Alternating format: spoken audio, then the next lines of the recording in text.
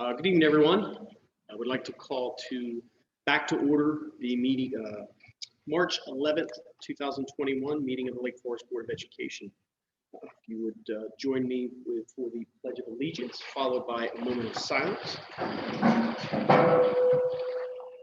I pledge allegiance to the flag of the United States of America and to the republic for which it stands, one nation, under God, indivisible, with liberty and justice for all. And as we join in this moment of silence, if you'd please keep in mind the families of Brooke Dean and John Schultz.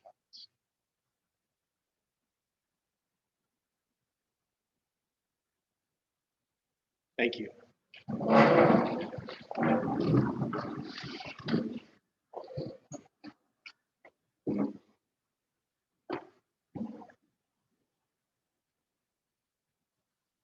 All right, we'll start tonight with roll call of board members, starting with Mrs. McCloskey. Here. Mrs. Starkey. Here. Mr. Thomas. Here. And President Earl Dempsey, serving as chair, is present. We have four board members present. Mr. Rao is absent this evening. Had a personal engagement, was able to join us for executive session, but had to leave. So thank you all for being present. Mr. Thomas, will you handle motions tonight? Mrs. Starkey, handle seconds, please. We'll start with 2.4, approval of agenda. Mr. Thomas. Make a motion for resolution. Approval of agenda as presented. Have motion on the floor properly seconded. Any questions or discussion on that motion? Seeing none, move to a vote. All those in favor? Aye. Any opposed? Any abstentions? Motion carries 4-0. 2.5, approval of minutes. I make a motion for approval of resolution 5. Second. Have motion on the floor properly seconded. Any questions or discussion on the motion? Hearing none, we'll move to a vote. All those in favor? Aye. Any opposed? Any abstentions? Motion carries 3-0 with one abstention. Move on to item 2.6, recognition and presentations. Dr. Lucas, turn it over to you. So this evening we have the pleasure of having a presentation by musicians from Central Elementary School, which is where we're here this evening. And Mr. Sheehan is the principal. He's with us this evening.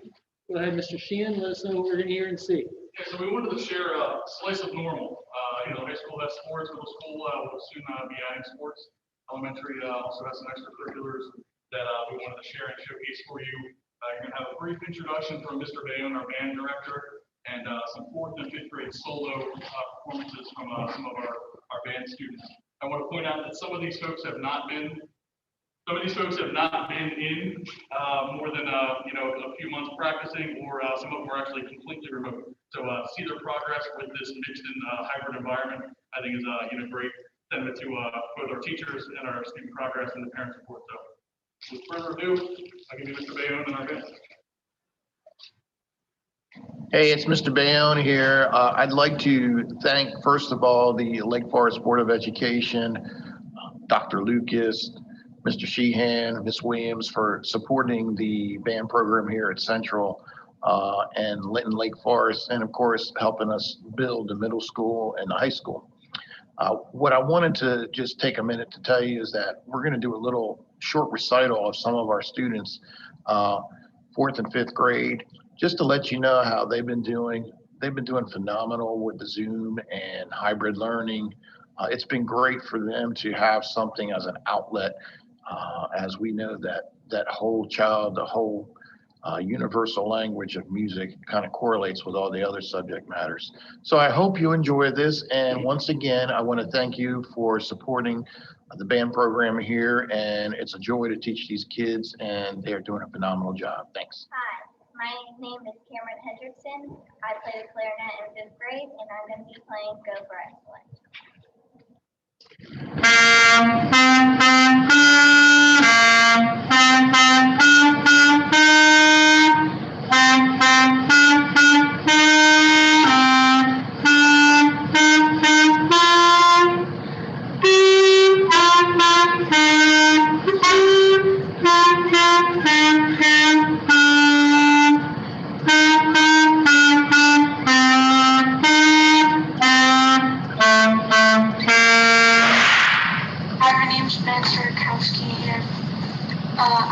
fifth grade and I play trumpet. And I'm playing Stupid Food.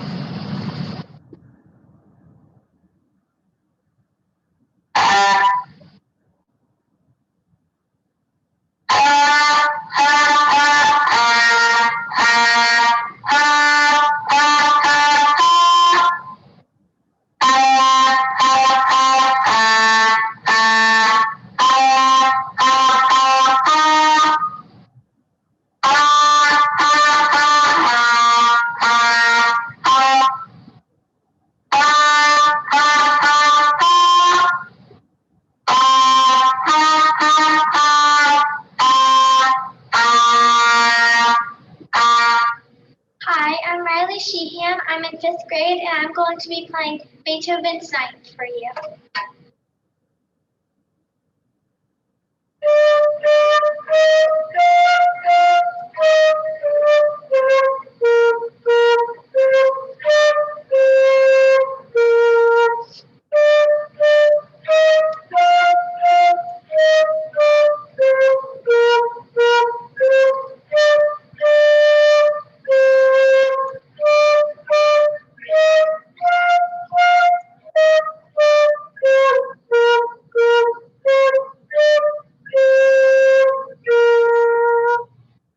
My name is Peyton Stark. I'm in the fourth grade band, and I play bells, and I'm going to play Merrily We Go Along.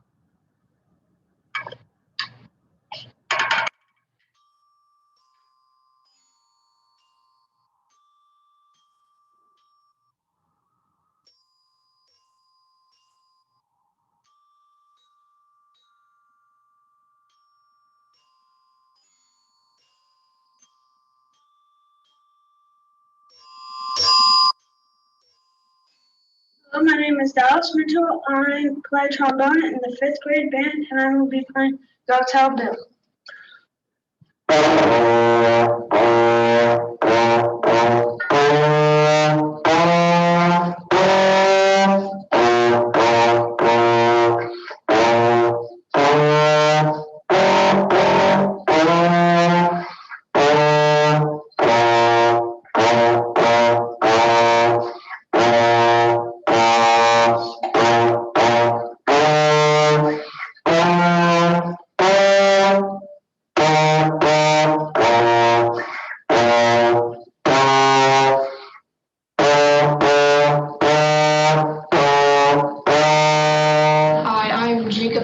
And I'm going to be playing, I'm in the fifth grade band, and I'm going to be playing Jim Long Juicy for saxophone.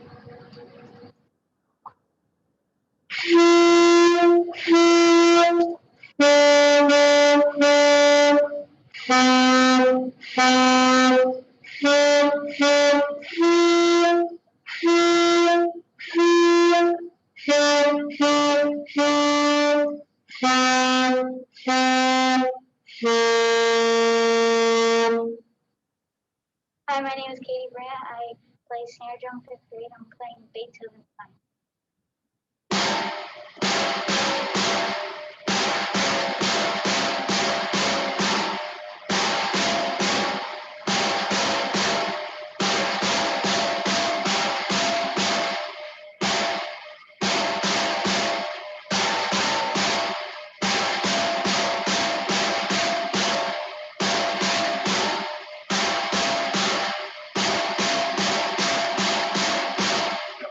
Hi, my name is Noah Kisik. I play guitar in fifth grade band.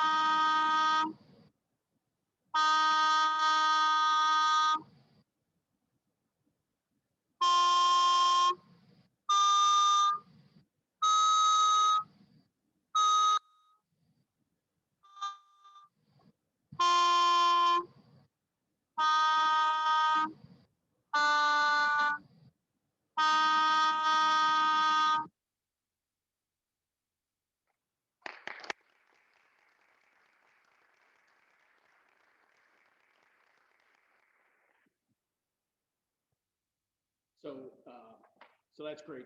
Thank you, Mr. Sheehan.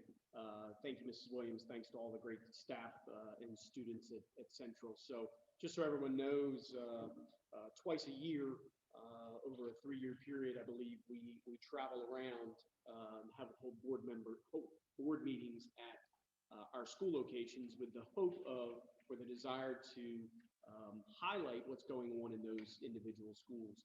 And certainly this year, trying to do so, we're finding very innovative, creative ways to do so. So we certainly appreciate that this evening. So thank you again. Thank you, Dr. Lucas. Thank you. All right, item 2.7, citizens participation. So opportunity for members of the public to address the board, either in person. We ask for sheet to be filled out at the beginning, or online for those. We ask for contact to be made with the superintendent's office prior to the meeting. I do not believe we have any this evening, so we will look for that as needed again in 2 weeks. We move on to section 3, reports. Item 3.1, financial report. Mr. Kurt Kellerman. Welcome, Mr. Kellerman.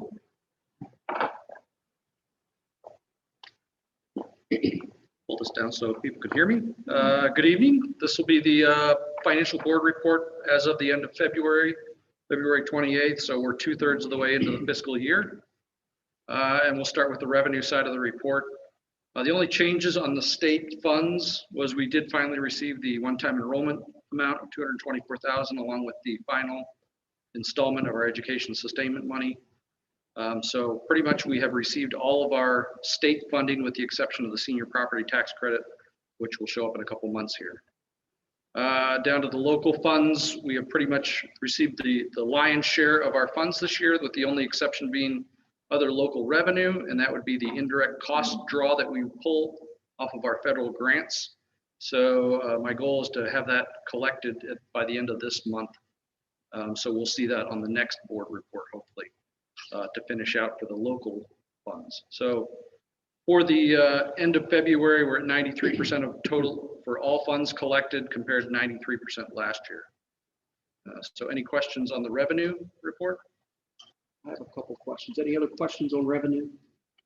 All right, so questions for Mr. Kelman. So one, what is this, the fifth one down, Division 2 AOC-VOC? So Division 2 costs, we received 3 different types of Division 2 costs. We received the all other costs, the Division 2 vocational all other costs, so that's all our career pathways type funding. And then we receive the Division 2 energy costs. So in this case, the reason that you see received down at 15,000 is because at the end of December, we had the opportunity to change the way that we receive our funding from the state. So one of the things we can do is request to change in or cash in certain positions. And the other thing we can do is request to move around funds. So basically what I had requested the Department of Education to do is, instead of us receiving that balance of funding that we typically receive in our vocational amounts, I asked them to give that to us instead in our all other costs, which is a much more flexible appropriation. So I've still presented the schools with their same budget that they typically receive for vocational, but now I've eliminated some of the limitations that they can use to spend that on. So basically that funding line has basically just shifted up to the Division 2 all other cost line, which is why you see that significantly more. Okay, and then if it was to add those 2 categories together, budget versus received, we've actually received more. Correct. Than we had anticipated between the 2. Correct. Thank you. Next is the Division 3 equalization. The anticipated receipt shows negative 13,000. Is that actually anticipated that 13,000 is going to go away, or is that just the math between the 2 columns? So right now it's the math between the 2 columns because I wasn't sure if they have on occasion pulled back money that they've given us previously. And I know that they're doing that right now with one of the appropriations. So that was in anticipation that they might pull back some of that funding. But that still requires further investigation to see whether or not they're actually going to pull that back. Okay, and then the last one, as you mentioned, we're 2/3 of the way through the year. So this is typically the time that I like to start asking the question as far as our anticipated receipts. At this point, do you see any reason that those anticipated receipts would not come through? These are still accurate as far as what we expect to get. Yeah, so all these projections that we've established with our preliminary budget and then with our final budget, those are all, I'm expecting those all to come to fruition and come in as expected. And then we'll certainly fine tune over the next 4 months. Correct. Okay. All right, thank you. Any other questions on revenue? Okay, moving on to expenses. With the first page of the expenditure report, the only thing I'll point out is from a macro perspective, everything's pretty much on target. Our Division III local salaries now reflects that one-time $350 bonus that we paid through the new contract with the staff. So that's reflected now in the new total for expended. We've completed all our tuition reimbursements for the year. And then if we move on to page 2, continuing with the discretionary funds, the schools, again, continue to be down from the year. Overall expended is down about a little over 300,000 for the year. From a kind of an overall perspective, you could say maybe a quarter to a third of that is because schools are spending lower. Maybe another third of that is because our technology spend has been lower. And then the other third is pretty much overall across the board. You know, strategic fund, we're not spending there. And even the Division III local salaries, that's even a little bit lower, despite the $350 one-time payment, just because we don't have those Kelly sub costs that we typically had in the past. So those are the big changes there. So, and really from a discretionary standpoint, we were at 31% remaining last year compared to 34% remaining here. So you can see we're in a little bit better position. Overall, again, even when we go down into the non-discretionary funds, the Division II vocational costs that we referenced there with the revenue side, that spending is down with less kids in school. The Division II energy cost is substantially down from last year, and then our state transportation costs are down too, as well. So tuition salaries are down. So overall, grand total of all funds, we have 40% of the budget remaining compared to 35% last year. So we are in a better position. Any questions with the expenditure portion? Any questions on expenditures or any questions for Mr. Kellerman in his report? Okay, thank you very much, Mr. Kellerman. And this will be an action item later on the agenda. Next up, 3.2 Board President Report. As I had mentioned during our pledge and moment of silence, I did just want to bring up that the Lake Forest family did lose 2 members over the past week. One was Miss Brooke Dean, who was a 2018 graduate of Lake Forest, and I know she held a very special place in the hearts of many Lake Forest staff and the community. So Brooke passed away on Friday, and our thoughts are with her parents, sister, and friends. As well, Mr. John Schulteis was a member of this board, Lake Forest Board of Education, for 17 years, from 2000 to 2017. Mr. Schulteis passed away earlier this week. Both Mr. Rao and I had the pleasure of serving on the board during John's tenure, and our thoughts are also with his wife, his sons, family, and friends. Next, filing period for this year's school board election closed on Friday. There are 2 candidates filed for one open seat, Mr. Earl Dempsey of Felton and Mr. Cameron Young of Viola.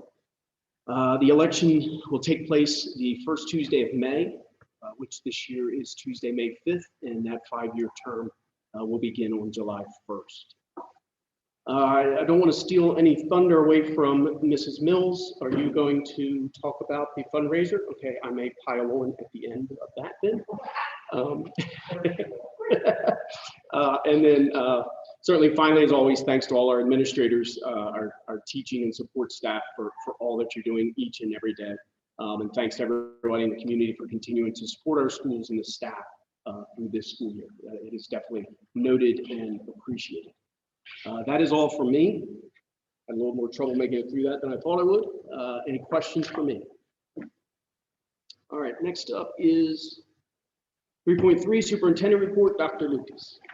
Good evening. Let me start by thanking Mr. Sheehan for having us here at Central this evening, Mr. Bayonne, and all the students who prepared and performed the musical selections tonight. That was awesome. I'm not sure how someone plays an instrument to begin with, but to teach one in the virtual learning environment is pretty amazing. So I'd like to congratulate Mr. Bayonne for a job well done. I want to recognize that March is National Women's Month and send out a message of gratitude to women everywhere. Like everyone here, there have been many influential women in my life. I've served with and for many great leaders, both in education and as an active duty Marine. And of course, my mother, my wife, my many sisters, my daughter all bring me great joy and inspiration every day. So to women everywhere, I thank you for everything you do to make our world a better place. Just a reminder that while COVID numbers continue to decline, we want to keep up our guard and continue to be vigilant in the face of what is still a very serious health crisis. If you feel ill, have a fever, or potentially been exposed to anyone with the virus, please do not come to school. Also, remember to complete the daily health screener before entering any of our school buildings. I just have a couple of calendar reminders. I erroneously reported the last day of the third marking period as March 25th. Good news, you got a few more days. The third marking period actually ends March 30th. So please mark your calendars and correct them for my mistake. The last day for classes before spring break is Thursday, April 1st, and the first day for classes after spring break is April 13th. April 2nd is Good Friday. There's no school that day. April 12th is designated for staff development and teacher work time. Finally, kindergarten registration is underway. I'd like to, there's 3 more opportunities to register. March 12th, March 17th, and March 19th. And it is our expectation as a district to have full-time face-to-face instruction for kindergartners next year. So I encourage all parents with kindergarten age children, get them signed up as soon as possible. And that's all I have. Thank you. I yield the floor back to President Dempsey. Thank you, Dr. Lucas. Any questions for Dr. Lucas? All right, thank you again. Item 3.4, LFEA report, Mrs. Barb Mills. Welcome, Mrs. Mills. Thank you. You almost took it away from me, didn't you? No, I'm gonna wait. And I'll let you add to it. So I just want to report that LFA is very happy with our progress so far on our Memorial Scholarship fundraiser that's going on right now. And there is a live drawing every evening at 6 p.m. on our Lake Forest Facebook page. So if they have a chance to join that, that would be great to watch. Amber and family members draw those tickets live, so that's neat to see. And lots of people have been commenting on our Facebook page, which is nice to have a really nice positive activity going on right now for the staff. We just really appreciate the staff and community members for their support in this endeavor. And since it's not over yet, we won't be able to report how much we've raised because we can continue to buy tickets until the end of the fundraiser because we have opportunities to win every day, and we could win multiple times. And if I could just jump on there real fast, I am proof that winners do happen. Right? I think the first drawing was Monday, and one of my lucky tickets was drawn on Tuesday, and they have been very diligent at trying to get me to collect my winnings. I have not been able to do so yet. I will get back to folks about how to do that. But please, certainly contribute and help LFEA this very excellent endeavor. Thank you. And I was just going to say, if anyone still would like to have tickets, you can contact any of the school secretaries, Dauber, Terry Kersey, Amber Hall, and really any rest. So appreciate all the support. That's all I have for this evening. Thank you, Ms. Mills. Any questions for Mrs. Mills? Thanks again for being here, Barb. Thanks for all you're doing. Okay, section 5, discussion items 5.1, the 2020 to 2021 return to school. Dr. Lucas. Thank you, sir. Had an opportunity to get in schools the past couple of weeks, and I wanted to report the instruction which is occurring is exceptional. Teachers are really delivering some high quality lessons and students are responding well. It's a joy to go in the buildings, and I would just want to thank everyone for making the learning in Lake Forest not only possible, but also making it thrive. As we discussed in our last meeting, we'll be opening schools for hybrid instruction on Fridays following spring break. To make this happen with minimal impact on the quality of our instruction and to accommodate transportation, we're going to run an abbreviated schedule at the elementary schools on Fridays. K-5 students will come in at the same time and be released to their buses at 1:20. We'll post the schedule on our website, and principals will continue to reiterate this with families so we can have a smooth transition once we return from spring break. I also wanted to get back with everyone on spring sports. We've settled on 2 spectators per athlete for the spring, just as we've done in the fall and the winter. But we're going to continue to monitor conditions and adjust if any further restrictions are relaxed by the Delaware Department of Health. So we're hoping that happens soon. That's all I have in our return to school. Thank you. And again, yield the floor back to President Dempsey. Thanks, Dr. Lucas. Questions or discussion for Dr. Lucas on return to school? All right, thank you again. Item 5.2, 2021 to 2022 school year calendar. We have it presented there. Dr. Lucas, is there anyone that would like to provide an overview? Probably Mr. Mormon's been instrumental in getting this done. So go ahead, Mr. Mormon. Thank you, Dr. Lucas, and thank you, board, for the time tonight. I'd like to talk a little bit about our calendar proposal that you can view tonight. For those listening online, you can open the file and see it directly as well. We gathered a group of educators representing our teachers as well as our administrators as a calendar committee. This is the second year that we've actually developed our calendar through a committee-based process. Has been pretty effective, and we like to continue this process. The biggest talking points that we would like to provide is that normally we see 2 different versions of a calendar with the presentation done, what a calendar might look like with the start date before Labor Day versus after Labor Day. With extensive discussions among the committee felt very strongly that once again, with Labor Day being a little bit later in September than it normally is, being September 7th, they felt that it would, or I'm sorry, September 6th, they felt that it would behoove the district and our students to start the week before Labor Day, which you can see on the August sheet of the calendar would be August 30th for all of our students. One of the things that we did do is we reduced our student days by a day and a half this year in order to allocate for some additional professional development time. I know that there was always has been some conversations about the number of days and the hours that our students attend school.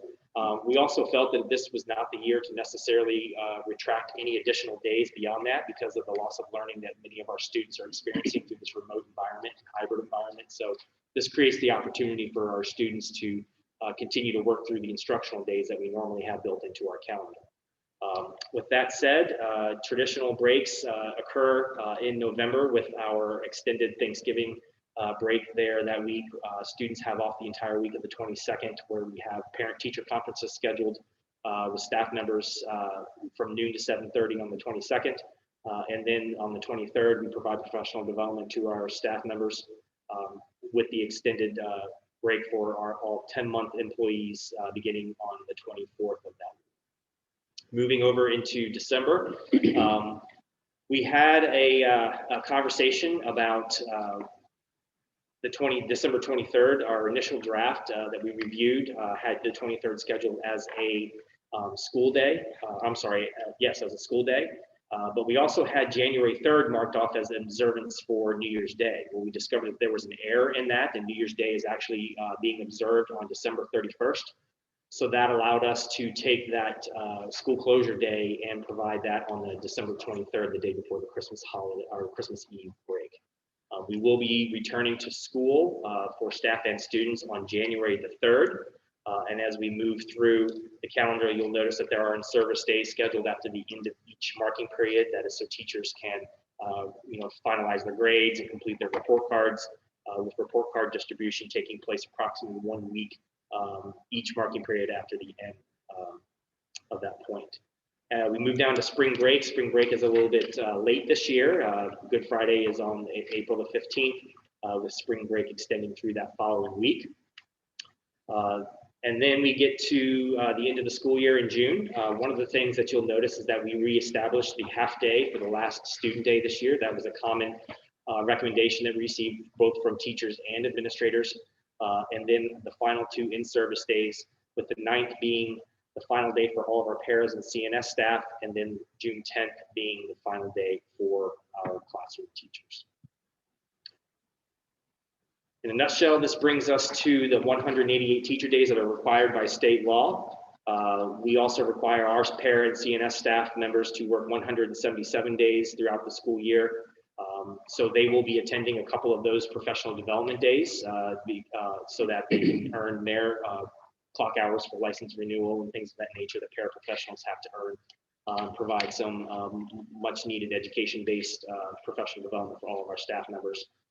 And then that brings us to 172 and a half student days, which brings us, and I apologize, I don't have the number right in front of me, but it brings us to about 8, I guess it's about 8 days over the minimum of 163 days or 10,060 hours.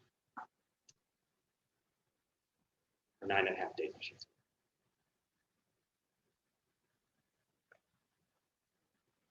All right, thank you, Mr. Norman.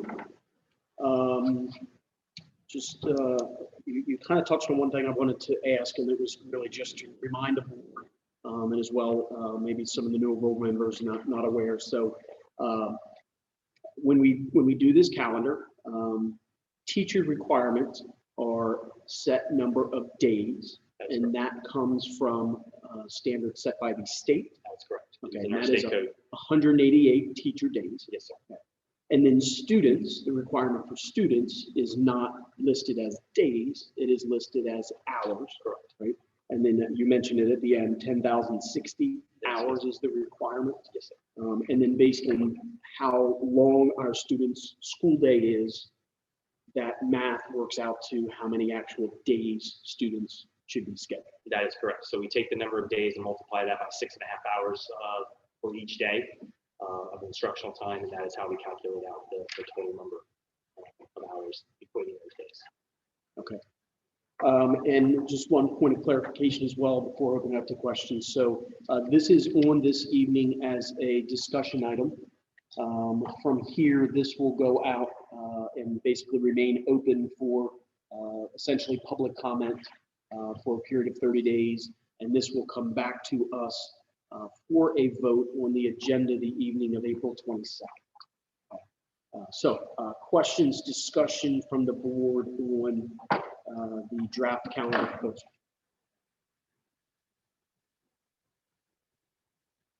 Mrs. Starkey. I noticed that throughout the summer, the district's closed for summer collective hours. Is that new this year?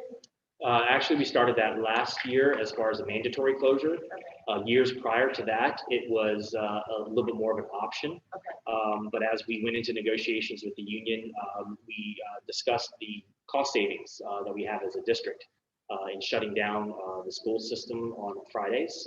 And they agreed that with that cost saving, it would behoove us to just require mandatory flex time. So 12-month employees have the option of working 10-hour days, Monday, Tuesday, and Wednesday, and a 7.5-hour day on Thursday to equate their 37.5 hours for the work week.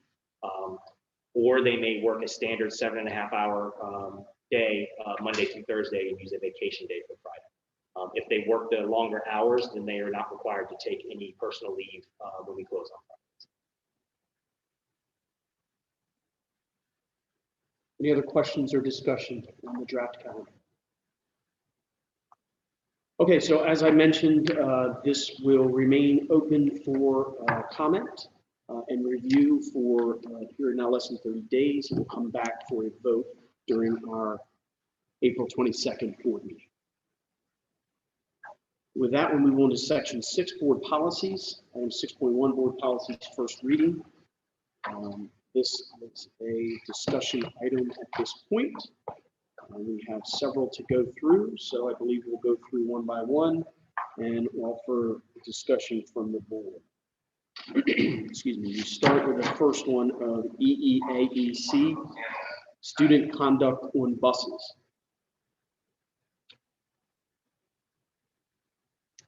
Mrs. Starkey. I have a few things. Buses is spelled a couple differently Yes. throughout the policy.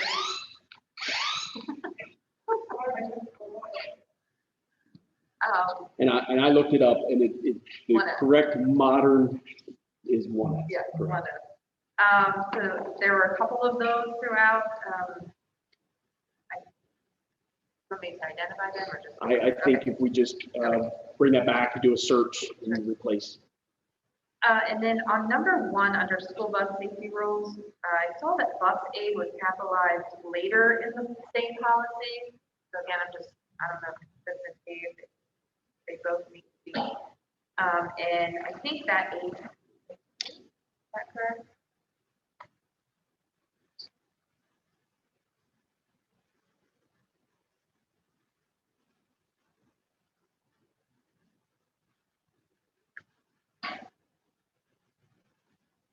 Okay, go ahead. Okay. Nope. On the second page, returning pre-K and kindergarten students to school.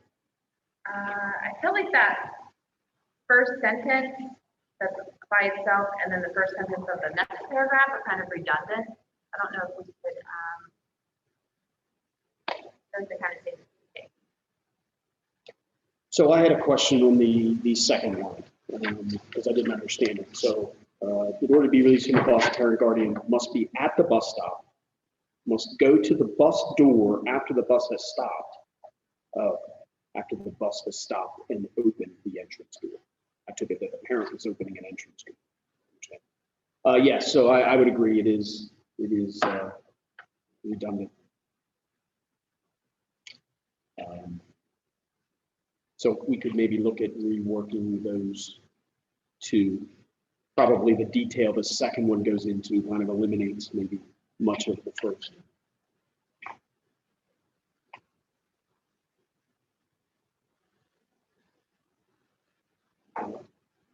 Okay, I had a couple of items. First paragraph, the second sentence I didn't understand, so I thought if we added the word "for" after activities, that seemed to make more sense to me. Activities for which a student may be on a bus include these things.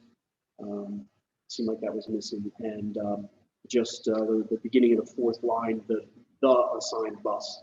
I thought it would be appropriate to change that to their assigned bus. Bus is spelled out. Second page, number 8 at the top. So this, instruments is mentioned both in number 8 and in number 9, and I know that this is in the past this has been a challenge for us, specifically at the central elementary level, where we have students who are joining band for the first time, and we run into a lot of questions and challenges in the past about students being allowed to bring their instruments on the bus. So first comment on what's written here. I didn't think we needed to list students may not bring large musical instruments in number 8, because it seems like the things that are listed there, live animals, balloons, glass containers, skateboards, large school projects, right? That's a kind of a class in itself. And then in the next one, we kind of address the fact that band instruments have to be a size at which they fit between the legs. But my overall question is, seeing this policy here written and knowing the challenges we've had in the past with the instruments on the buses, Do we do anything at the school level as far as when a student is coming in and is signing up to do an instrument? Is there any communication at that point? Is there any acknowledgement that you are more than welcome to take up this instrument? However, transportation is going to be a challenge, and where it's nipped in the bud and discussed and known then, rather than after the student has already signed on to do it, already purchased it, tried to bring it on the bus, and the bus driver says, no, you can't do it. So since starting, this has been a challenge for you as well. And one of the things that And you may want to come up more. Okay. One of the things that I've stressed to the staff, particularly here at Central, because that's where it seems to kind of happen the most. Because some of the children cannot carry some of the large drums on the bus, and sometimes with the capacity limits on the bus, we cannot place an instrument in the aisle. That's against state code. So I have stressed that on the band night, when the students come and sign up, that is to be reviewed, that if your child is utilizing an instrument that may be too large to carry on the bus, and I have the band instructor outline those things, then you may need to make arrangements to bring that instrument in on the days that they have band. Or for example, some of the drums where like a student can have their practice pad at home and keep the drum here. So like those arrangements can be made. So we do try to address those things. Whenever it's possible, we try to get instruments on the bus wherever we can, but some of our buses, with the amount of kids that we have on them and the amount of space that we have, we just don't have room. Okay, thank you, Dustin. That answers that question. So from this policy, from what we have in front of us, my recommendation, I would rather not see the students with large musical instruments called out separately in line 8, but leave it to line 9 to where we're saying instruments are allowed, but these are the restrictions there. And then as well, ensure that, and again, I acknowledge it's mostly at Central because that's where we're just getting students excited about band and the instruments, and not trying to discourage anyone from taking up what interests them, but just making sure there's full recognition and awareness of what that means from a transportation perspective. Thank you. Page 3, the disciplinary referral process. So number one, as I was reading those numbered items, I thought that number 3, I thought they were a little slightly out of order. I thought number 3 should be addressed first, because it's saying that even before we do a referral, that the bus driver or the driver will attempt to contact the parents. And then from there, it goes through the referral steps. My question with what is now number 3 is, so when possible, the bus driver will contact the parents' guardians prior to submitting the referral. My question is why? Is that an effort for the bus driver to try to resolve the matter before a referral is made? Or is that just simply a phone call of awareness that, hey, I'm about to make a referral and the policy says I need to call you before I do that? It kind of goes both ways that you just talked about. So for example, when you talk about a bus driver making that phone call, it could be like a preemptive, hey, Johnny's not sitting in the seat. We need to have him sitting in his seat, following directions, sitting face forward, things like that. Or it could be an issue of, I had to write a referral based off of some things that have been going on the bus. And so then that way, when the person at school is making that call, it's not so much of a surprise and that parent's hearing from the driver. Now, there are situations where I don't particularly feel comfortable with the driver calling. But, I do, when possible, we do try to have our drivers establish some type of relationship with the parent. Okay.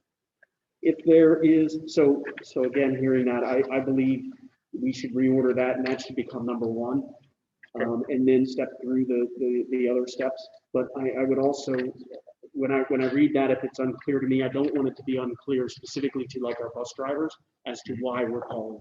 So even just a very short qualifying statement afterwards, we'll contact the parents, the guardians prior to submitting the referral to, and then whatever it is, frankly, Dustin, to create awareness, to make them aware, to ask for their assistance, whatever it is that you can come back with prior to next meeting.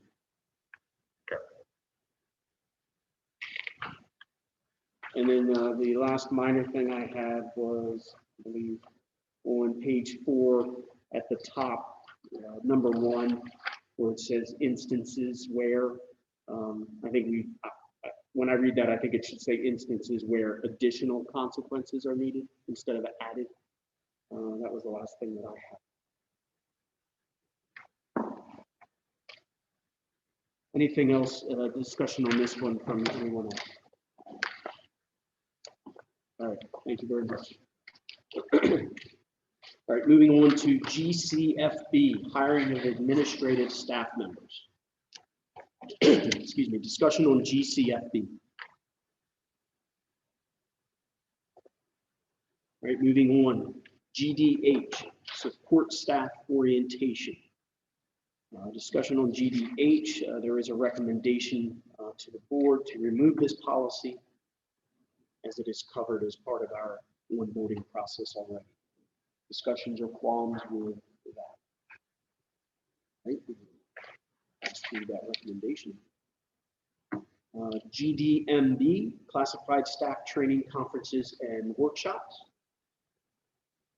Discussion on GDMB. Mrs. Starkey? I just have a small little thing, under secretarial staff, second line, I think we need the word "to" in the secretarial. Agreed.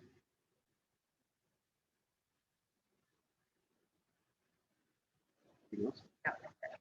No. And then just another very minor thing in the second line at the top, I think well-trained should have a hyphen in between. Any further discussion on GDMB? All right. GDN, supervision of classified staff. Discussion on GDN. All right, moving on, GDO, evaluation of classified staff. Discussion on GDO.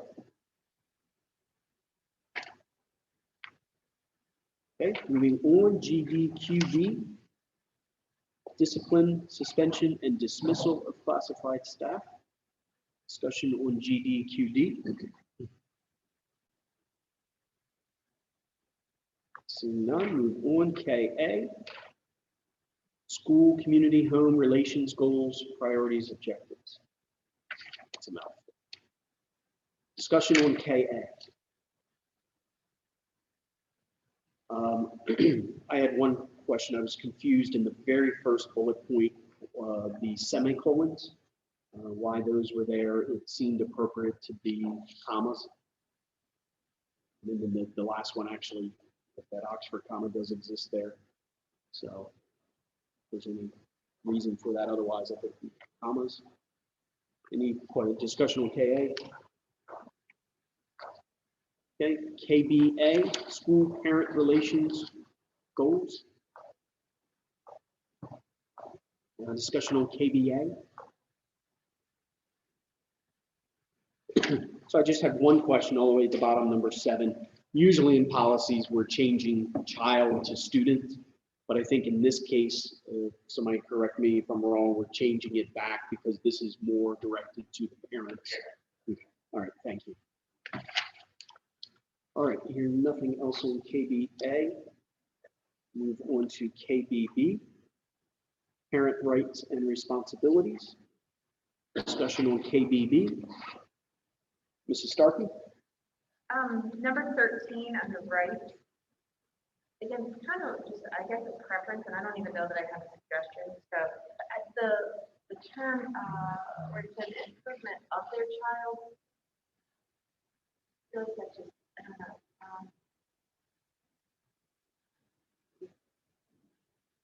Information from school personnel to further the progress and improvement of the child. Like, I think maybe of their child's abilities or Performance. That would be good. Progress and performance, that'd be great. Thank you, Dr. Lucas. Thank you, Mrs. Stark. Anything else on KDB? Right, move on to KC, community involvement in education. Discussion on KC.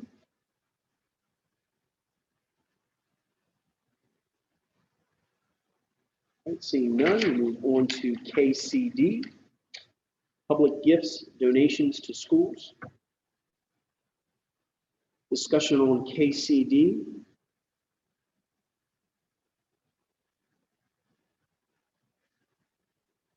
So I had two items on this. First one, just a minor thing, keeping with our procedures. Down in the second bullet point, that's the first time, oh, actually, yeah, so we added board there.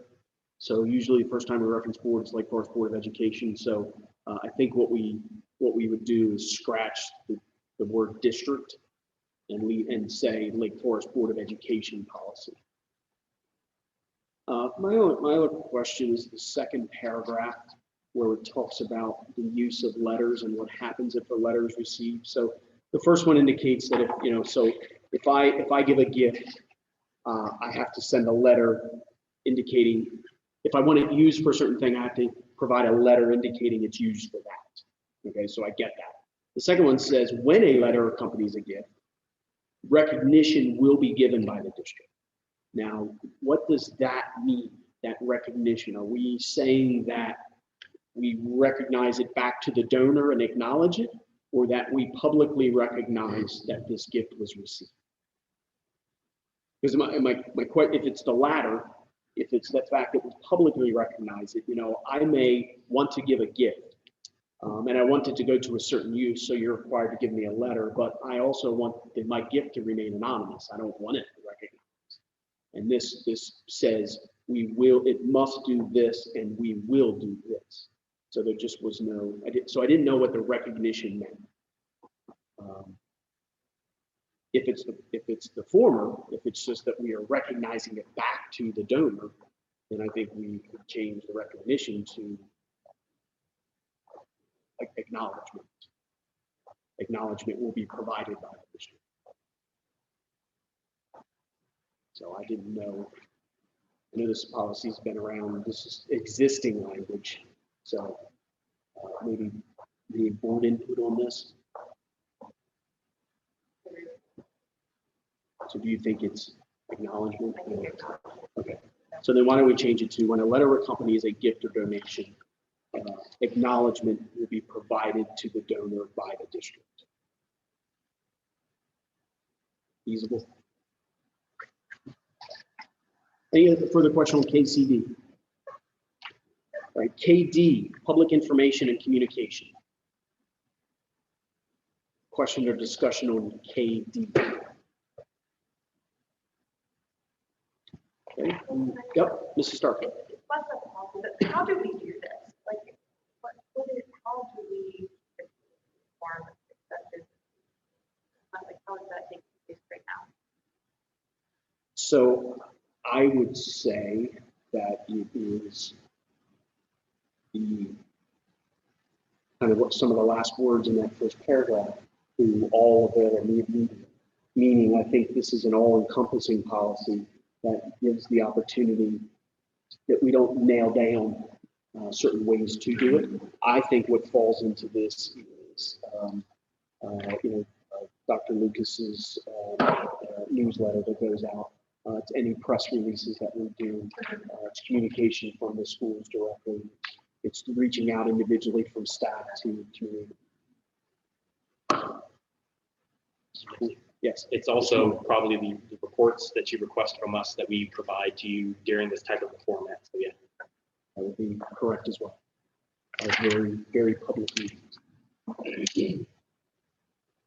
Okay, moving on, KDCA, use of students in public information program. Discussion on KDCA. So I have a similar question on this one that Mrs. Starkey had on the previous one, and I think I know the answer, but I just wanted to check. How do we go about this? What is our procedure? I believe every year at the beginning of school, there's a release form that goes out as part of the back to school packet and offers parents the opportunity to return if they want to opt out. Is that correct? That is correct, and then those are kept on file anytime it's going to go out to the media. Okay, great, thank you. Discussion on KDCA. All right, KDD, News Media Relations. Discussion on KDD. So one thing I want to interject here, I'm great with the policy as it is. The one thing that I want to try to figure out a way, it says at the end there, all releases will be copied to the board. Okay, so that if the district or a school or something issues a release, that the board becomes aware of that. How can we also ask, whether it's policy or just a procedure, that if a school is contacted by the media and something then occurs, that the board is also apprised of that? I'll bring up the scenario where we had, I think maybe beginning of the school year, beginning of the school year, I think maybe Central, WBOC did a great report on Central, and admittedly, I just happened to see it on WBOC.com. And it's that type of thing where, we certainly, what we're saying here is it's important for the board to be aware of any message that's being sent out that initiates with us. But I think it's also important for the board to be aware of any message that ends up going out that's initiated elsewhere, like that. So I don't know if it's a policy thing or more of, and maybe Dr. Lucas, you can think about that with the administration. Is that something that we feel is better for the board to establish as policy, or if that's just a request from the board that we can put a simple procedure in place? Okay, I think if we want to be informed, we can just make that a practice. Yeah. Okay, great. I don't think we need to put it in policy. Because again, it's not so much that the board doesn't want to be involved, and it's not that the board, we feel like we need to know everything, but we are champions for you as well. And anytime that is happening, what we can do to help promote that awareness of the great things and that it's existing, it's going to be on the news tonight at 6 o'clock or whatever it is, we certainly want to play that role. Sure. Okay, thank you. Yes, Ms. McCluskey. On this policy, doesn't ordinance need to have comments on Which part again? I'm sorry. what they added, the superintendent or designee? I don't know how we've done it elsewhere. I know, I was wondering that myself, but then when I read that. Yeah, if we just check, we can check on that for consistency and make sure it's reflected the same manner. Thank you. All right, KDDA, press releases, conferences, and interviews. Any discussion on KDDA? Check the commas on that one. Great, thank you. All right, seeing none, move on to KI. Visitors to schools. Discussion on KI. So my question revolves around the reasoning behind the cross through of number 5. Sure, it was, come back to me. Oh, it's because if we're going through the list here, it's everything that's going to be done with parents and guardians or visitors enter the school. I seem way out of place to say Google will open house and public release once every school year. And when this was basically saying what will happen in the school when visitors come. That was the thinking behind striking that out. Just seemed out of place. And there's going to be other things that are held. You're going to have curriculum nights normally. Like, are we going to put a laundry list of all the events here that visitors are going to come to? Or is the policy going to serve as guideline for when visitors enter? I agree, I thought it seemed that way. Yeah, and if I could, it's very unlikely on one of those types of nights, they're all gonna go obtain a visitor's pass. So that would be inconsistent with our practice for a, open house. Sure, then the only thing I would counter is that if I hold up number 5 to the first paragraph, it matches where we are encouraging visitation by those interested in education system. So keeping with the spirit of the rest of the policy, I could understand removing that. Personally, I do believe this is important to have as a board policy, that the board will require schools to have a public open house once a year. If we can find if it is addressed or should be addressed elsewhere in a different policy, if we don't feel this is the spot.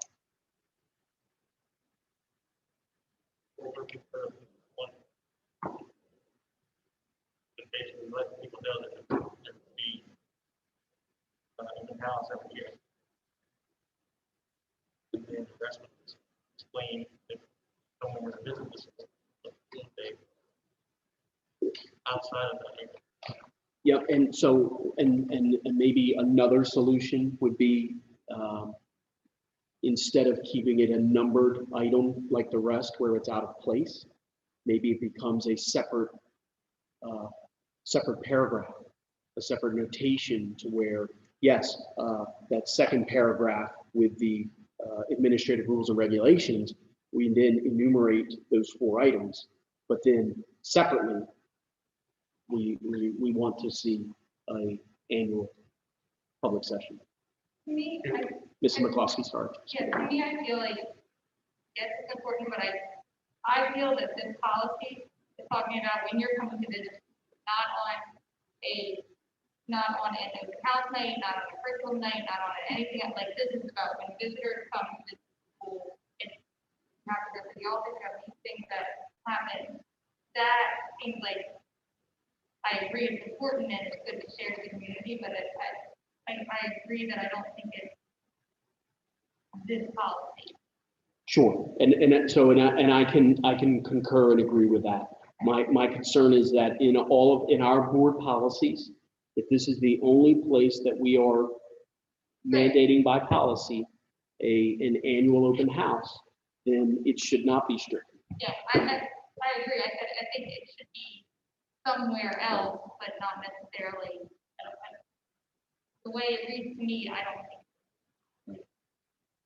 Mr. Day. Yeah, I'm thinking of all the policies we go through in the head. We have a parent involvement policy. It might be able to fit in there. I can read how that one's structured and see if it fits in there better.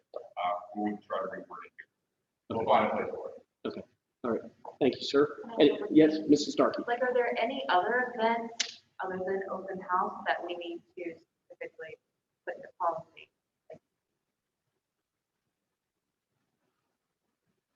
And I feel like what you're saying is that that's a must, that's a mandatory. Is there anything, I'm just asking if there's anything else throughout the school year that means that falls under that same category, and maybe not.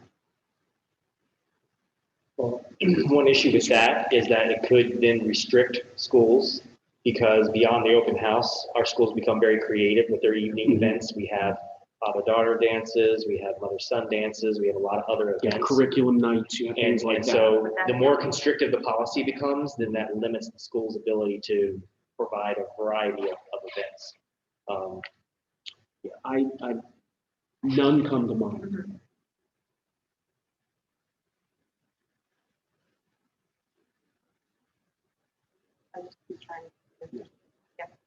All right, any further on KL? All right, thank you all. KL, relations with government authority. Any discussion on KL?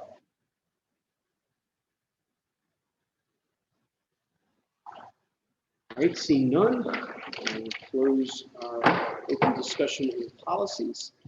This will come back up for a vote later this evening. That we will move into section 9, personnel. Mr. Thomas. Thank personnel resignations. I make a motion to approve resolution 9.1 as written. Second. A motion on the floor properly seconded. Any questions or discussion on that motion? Seeing none, we'll move to a vote. All those in favor? Aye. Any opposed? Abstentions? Motion carries 4-0. Moving on to 12, personnel offers of employment. I make a motion to approve resolution 12.1. Second. A motion on the floor properly seconded. Any questions or discussion on that motion? Seeing none, move to a vote. All those in favor? Aye. Any opposed? Any abstentions? Motion carries 4-0. Bringing on a personnel number 2, leave of absence. I make a motion to approve resolution 6.1. Second. A motion on the floor properly seconded. Any questions or discussion on that motion? Seeing none, move to a vote. All those in favor? Aye. Any opposed? Any abstentions? Motion carries 4-0. Moving on, 17, personnel termination. I make a motion to approve resolution 17.1 as written. Second. A motion on the floor properly seconded. Any questions or discussion on that motion? Hearing none, we'll move to a vote. All those in favor? Aye. Any opposed? Any abstentions? Motion carries 4-0. 20, personnel appointments. I make a motion to approve resolution 20.1, 20.2. Second.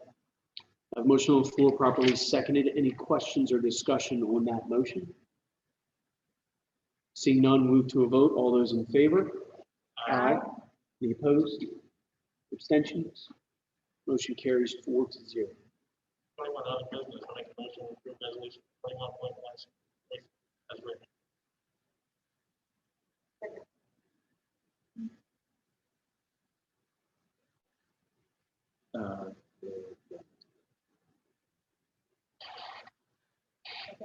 Okay, thank you. We have a motion on the floor properly seconded. Any questions or discussion on that motion? Hearing none, we move to a vote. All those in favor? Aye. Any opposed? Any abstentions? Motion carries 4-0. 23, other business, financial reports. I make a motion to approve resolution 23.1 as presented this evening. Second. A motion on the floor properly seconded. Any questions or discussion on that motion? Seeing none, move to a vote. All those in favor? Aye. Any opposed? Any abstentions? Motion carries 4-0. 24, other business, board policies. I make a motion to approve resolution 24.1. Board policies first reading as ratified during discussion. Second. Excuse me. I have a motion on the floor properly seconded. Any questions or discussion on that motion? Seeing none, move to a vote. All those in favor? Aye. Any opposed? Any abstentions? Motion carries 4-0. Thank you, Mr. Thomas. Thank you, Mrs. Stark. Section 25, board report and other items. 25.1, Delaware School Board Association. Mrs. Stark. We met last week. A couple things for you guys. First of all, the School Board Association conference that's usually held in person is going to be strictly online this year. April 8th through the 10th. I don't know if I'm going to attend, but it's all online, and if I would get one free. So that might be an incentive. Also, board members are included in the educator phase for the vaccination. They did ask that board members, since we are not directly on the front lines, that we wait and make sure that those who are directly interacting with our children get first priority. Dr. Marinucci also presented the governor's recommended operating and capital budgets. He said the amount planned for the education capital funding is the highest he's seen in 20 years. And the operating budget also increased by a little over 2.5%. Dr. Marinucci pointed out that the unit growth value of 190 for the 21-22 school year is based on the historical unit growth over time and not just 1 year to the next. So while we may not see a direct impact from COVID this year, when it's taken into account, we could see a blip down the road from that. Thank you. Any questions for Mrs. Starkey? All right, thank you, Mrs. Starkey. 25.2 Legislative Committee.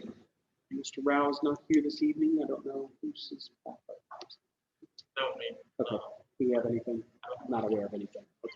All right, great, thank you, Mr. Johnson. 25.3 ECAP Policy Council. I will ask Mrs. Starkey. Yep, we have a meeting next Thursday. Okay. And Steve, I can attend that one. Okay, So great, thank you very much.